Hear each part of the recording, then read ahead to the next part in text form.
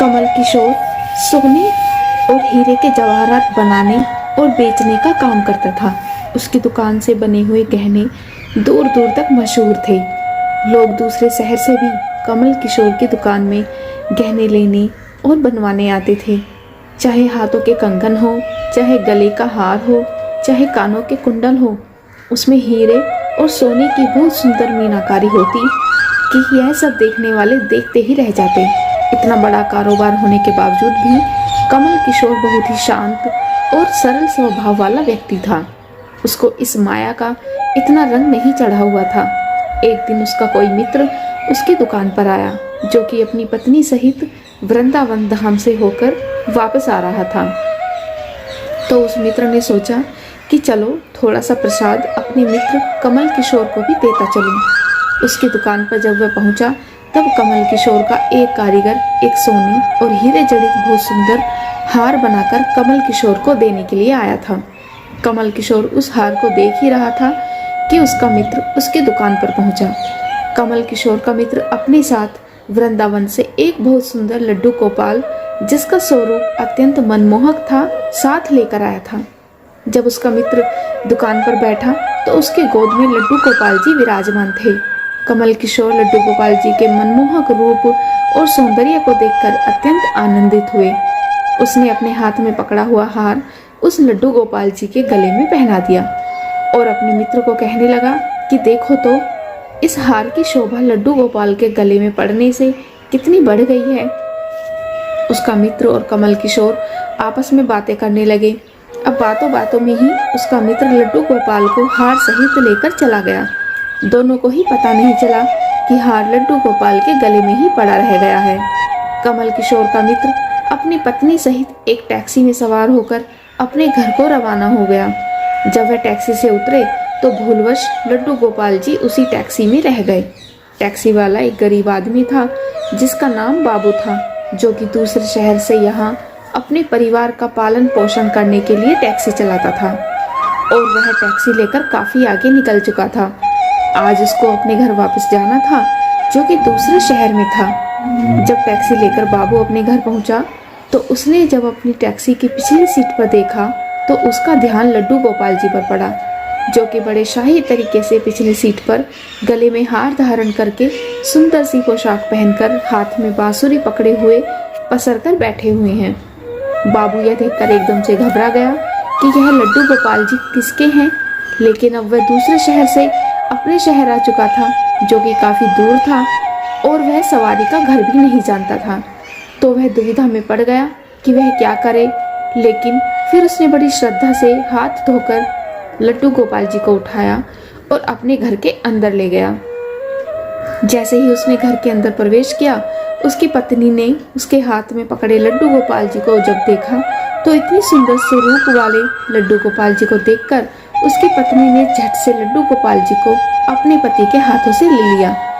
उसकी पत्नी, जिसकी 8 साल शादी को हो चुके थे, उसके अभी तक कोई संतान नहीं थी, लेकिन गोपाल जी को हाथ में लेते ही उसका वात्सल्य भाव जाग उठा।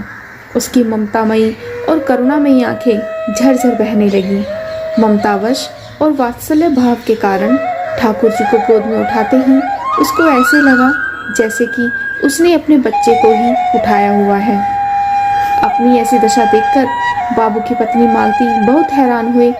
उसने कसकर गोपाल जी को अपने सीने से लगा लिया और आंखों में आंसू बहाती बोलने लगी, अरे बाबू, तुम नहीं जानते कि आज तुम मेरे लिए कितना अमूल्य रत्न लेकर आए हो।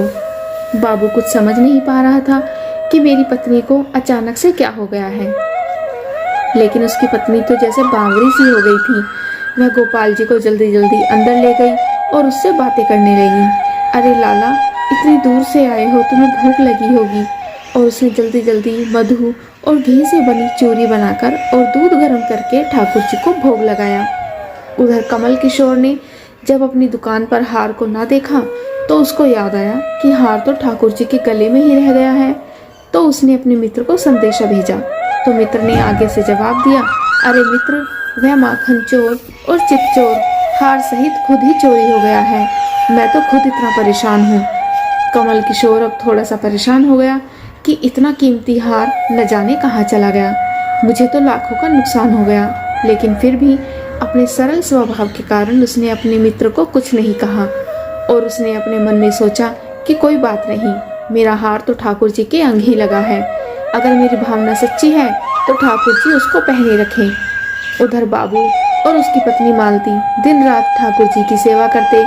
अब तो मालती और बाबू को लड्डू गोपाल जी अपने बेटे जैसे ही लगने लगे।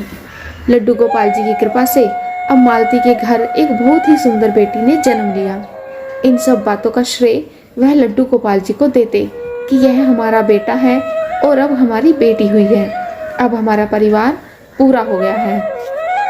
मालती लड्डू गोपाल जी को इतना स्नेह करती थी कि रात को उठ उठ कर देखने जाती थी कि लड्डू गोपाल जी को कोई कष्ट तो नहीं है। ऐसे ही एक दिन कमल किशोर व्यापार के सिलसिले में दूसरे शहर को जाना पड़ा जहाँ पर बाबू रहता था। लेकिन दुर्भाग्यवश जब वो उस शहर में पहुंचा तो अचानक से इतनी बारिश शुरू हो गई कि कमल किशोर को जहाँ पहुंचना था वहाँ वो पहुंच नहीं सका। और तब वहाँ बाबू अपनी टैक्सी लेकर आ गया और उसने परेशान कमल किशोर को पूछा, बाबूजी आप यहाँ क्यों खड़े हो? बारिश तो रुकने वाली नहीं है और सारे शहर में पानी भरा हुआ है। आप अपनी मंजिल तक ना जा पाओगे और न ही कहीं और रुक पाओगे। मेरा घर पास ही है, अगर आप चाहो तो मेरे घर आ सकते हो। कमल किशोर, जिसके पास सोने और हीरे के काफ़ी गहने थे, वह अनजान टैक्सी वाले के साथ जाने के लिए थोड़ा सा घबरा रहा था, लेकिन उसके पास और कोई चारा भी नहीं था और वह बाबू के घर उसके साथ टैक्सी में बैठकर चला गया। घर पहुंचते ही बाबू ने मालती को आवाज़ दी कि आज हमारे घर मेहमान आए हैं, उनके लिए खाना बनाओ। कमल किशोर ने देखा कि बाबू का घर एक बहुत छोटा सा लेकिन व्यवस्थित ढंग से सजा हुआ है। घर में अजीब तरह की इत्र की खुशबू आ रही है जो कि उसके हृदय को आनंदित कर रही है। जब मालती ने उनको भोजन परोसा तो कमल किशोर को उसके अमृत जैसा स्वाद लगा। उसका ध्यान बार बार उस दिशा की तरफ जा रहा था जहाँ पर ठाकुर जी विराजमान थे। वहाँ से उसको एक अजीब तरह का प्रकाश नजर आ रहा था। तो हार कर कमल किशोर ने बाबू को पूछा कि अगर आपको कोई ऐतराज ना हो तो क्या आप बता सकते हो कि उस दिशा में क्या रखा है? मेरा ध्यान उसकी तरफ आकर्षित हो रहा है। तो बाबू और मालती ने एक दूसरे की तरफ मुस्कुराते हुए कहा कि वहाँ पर तो हमारे घर के सबसे अहम सदस्य लड्डू गोपाल जी विराजमान हैं। तो कमल किशोर ने कहा, क्या मैं उनके दर्शन कर सकता हूँ? तो मालती उनको उस कोने में ले गई जहाँ पर लड्डू गोपाल जी विराजमान थे। कमल किशोर लड्डू गोपाल जी को और उनके गले में पड़े हार को देखकर एकदम से हैरान हो गया। यह तो वही लड्डू गोपाल है और यह वही हार है जो मैंने अपने मित्र के लड्डू गोपाल जी को डाला था। कमल किशोर ने बड़ी विनम्रता के साथ पूछा कि यह गोपाल जी तुम कहाँ से लाए? बाबू, जिसके मन में कोई छल कपट नहीं था, उसने कमल किशोर को सारी बात बता दी कि कैसे उसको सौभाग्य से गोपाल जी मिले और उनको हमारे घर आने से हमारा दुर्भाग्य सौभाग्य में बदल गया। तो कमल किशोर ने कहा, क्या तुम जानते हो कि जो हार ठाकुर जी के गले में पड़ा है उसकी कीमत क्या है? तो बाबू और मालती ने बड़ी विनम्रता से हाथ जोड़कर कहा कि जो चीज़ हमारे लड्डू गोपाल जी के अंग लग गई, हम उसका मूल्य नहीं जानना चाहते और हमारे लाला के सामने किसी चीज़, किसी हार का कोई मोल नहीं है। तो कमल किशोर एकदम से चुप हो गया और उसने मन में सोचा कि चलो अच्छा है, मेरा हार ठाकुर जी ने अपने अंग लगाया हुआ है।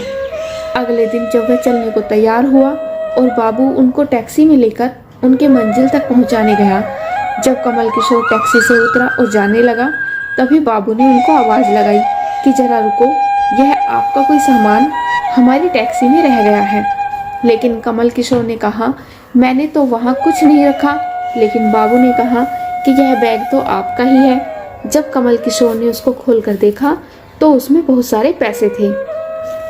कमल किशोर एकदम से हक्का बक्का रह गया कि यह तो इतने पैसे हैं जितनी कि उस हार की कीमत। उसकी आंखों में आंसू आ गए कि जब तक मैंने निश्चित भाव से ठाकुर जी को वह हार धारण करवाया हुआ था तब तक उन्होंने पहने रखा। मैंने उनको पैसों का सुनाया तो उन्होंने मेरा अभिमान तोड़ने के लिए मुझे पैसे दे दिए। वह ठाकुर जी से क्षमा मांगने लगा, लेकिन अब हो भी क्या सकता था। इसलिए हमारे अंदर ऐसे भाव होने चाहिए कि उसमें अहंकार न होना, विनम्रता होनी चाहिए। और ठाकुर जी जैसा चाहते हैं वैसा ही होता है। हम तो निमित्त मात्र हैं। कौन ठाकुर जी को वृंदावन से लाया और किसके घर आकर वह विराजमान हुए, यह सब ठाकुर जी की ही लीला है। जिसके घर रहना है, जिसके घर सेवा लेनी है, यह सभी जानते हैं। हम लोग तो निमित्त मात्र हैं, बस हमारे भाव शुद्ध होने चाहिए। ठाकुर जी तो बड़े बड़े पकवान नहीं, बल्कि भाव से खिलाई छोटी से छोटी चीज को भी ग्रहण कर लेते हैं। हे नाथ, आप बहुत ही दयालु हैं। जय श्री राधे कृष्ण।